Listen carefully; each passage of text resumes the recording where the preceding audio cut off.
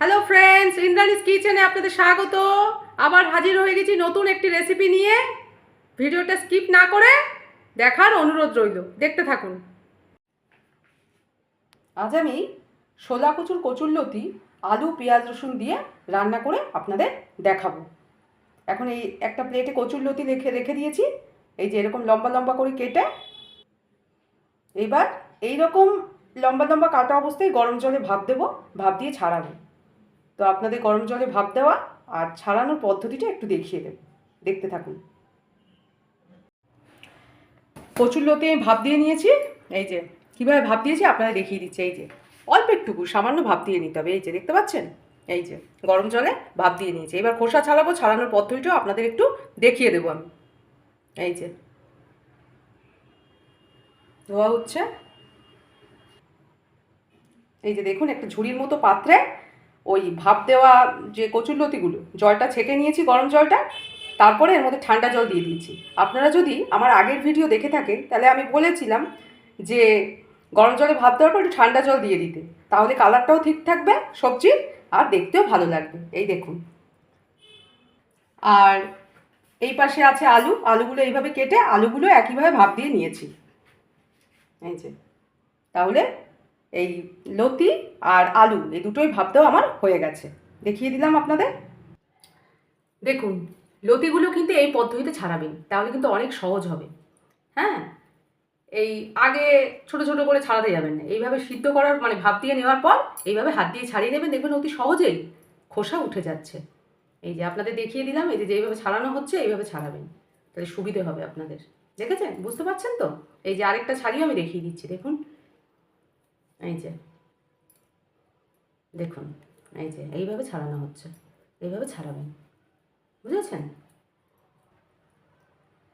তাহলে লতি ছাড়াবার পদ্ধতিটা আপনাদের দেখিয়ে দিলাম, দেখতে থাকুন। এইবার কি কি মশলা লাগবে আপনাদের দেখিয়ে দিই প্রত্যেকবারের মতো। প্রথমেই বলি, রান্নার জন্য নিয়েছি সর্ষের তেল, এখানে রয়েছে নুন পরিমাণ মতো ব্যবহার করবেন, রয়েছে হলুদ গুঁড়ো, রয়েছে কাঁচা লঙ্কার পেস্ট, আদা পেস্ট, আর শুকনো লঙ্কা, এদিকে রয়েছে রসুন বাটা আর পেঁয়াজ বাটা।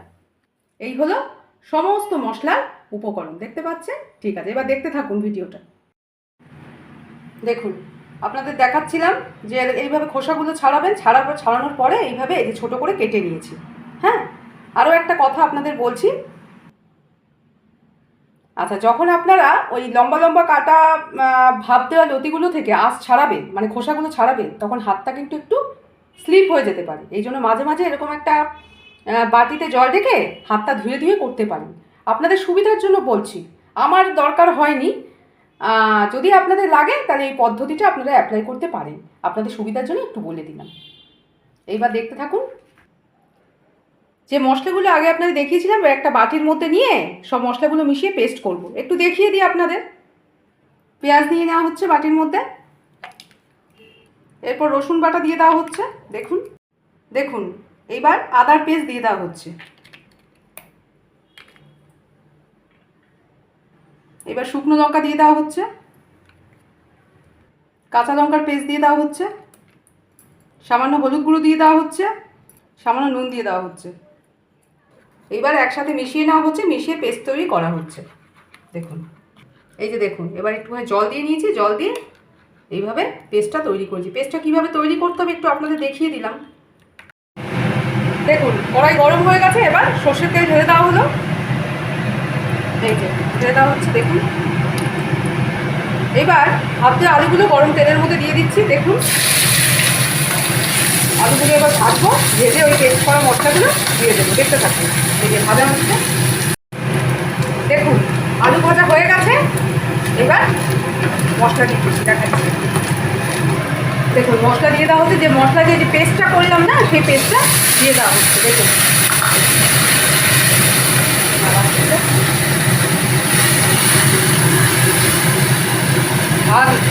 দেখতে পাচ্ছেন? মশলাটা ভাজা ভাজা হয়ে এলে তারপরে লতিটা দিয়ে দেব, দেখাচ্ছি আপনাদের, দেখতে থাকুন। ভাজা ভাজা হচ্ছে, দেখতে পাচ্ছেন। আর আমার এই ভিডিও আপনাদের কেমন লাগে কমেন্ট করে জানাবেন, তাহলে আমি বুঝবো কী আপনারা দেখেন, আপনাদের কোনো জিজ্ঞাসা থাকলে জিজ্ঞাসা করতে পারেন। দেখুন মশলা ভাজা ভাজা হয়ে গেছে, এবার লতিটা ছেড়ে দেওয়া হবে। দেখুন লতিগুলো এসে কেটে রেখেছিলাম, দিয়ে দেওয়া হচ্ছে। এবার মিশিয়ে দেওয়া হচ্ছে।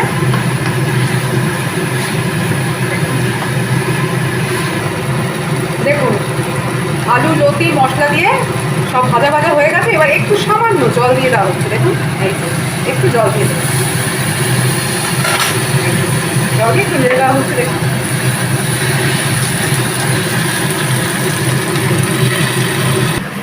এইবার আঁচ কমিয়ে 1 মিনিটের জন্য ঢেকে রাখুন। এই যে এইভাবে ঢেকে দিন। দেখুন 1 মিনিট পরে ঢাকনাটা খোলা হচ্ছে, খুলে দেখিয়ে দিই আপনাদের কেমন হলো। এই দেখুন একদম ভাজা ভাজা হয়ে গেছে। এই যে লতি দিয়ে আলু দিয়ে পেঁয়াজ রসুন দিয়ে লতির একটা সুন্দর রেসিপি রেডি। দেখতে পাচ্ছেন কেমন লাগছে দেখে? কমেন্টে জানাবেন। দেখুন লতি আলু পেঁয়াজ রসুন দিয়ে লতির এই সুন্দর রেসিপিটি একেবারে তৈরি হয়ে গেছে। এটা গরম ভাত রুটি সব কিছুর সাথে খেতে পারেন। এই রেসিপিটি একবার বাড়িতে ট্রাই করবেন, দেখবেন সুন্দর লাগে খেতে। আপনারা রান্না করে জানাবেন যে আপনাদের কেমন লাগলো, কমেন্টে জানাবেন। আর চ্যানেলটা ভালো লাগলে সাবস্ক্রাইব করে দেবেন, লাইক কমেন্ট শেয়ার করবেন।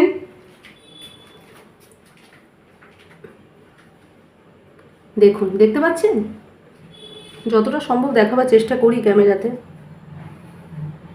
এই যে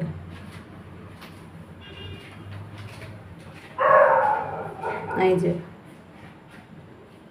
তাহলে আপনাদের কমেন্টের আশায় থাকবো।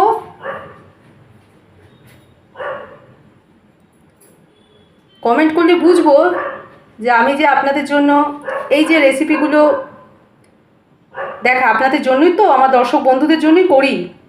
তারা যদি একটুখানি কমেন্ট করে জানায় তাহলে আমি উৎসাহ পাই আরও ভালো ভালো রেসিপি, আরও নতুন নতুন রেসিপি খুঁজে বের করে আপনাদের দেখাবো।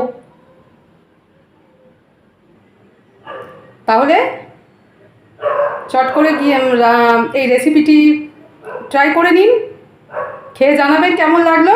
আর আজকের মতো ভিডিওটা এখানেই শেষ করছি। আপনারা সবাই ভালো থাকুন, সুস্থ থাকুন, এই কামনাই করি। আবার হাজির হয়ে যাব আরও একদিন আরও একটা নতুন রেসিপি নিয়ে, শুধুমাত্র আমার দর্শক বন্ধুদের জন্য। তাহলে আজকের মতো এইখানেই শেষ করছি ভিডিওটা। টাটা।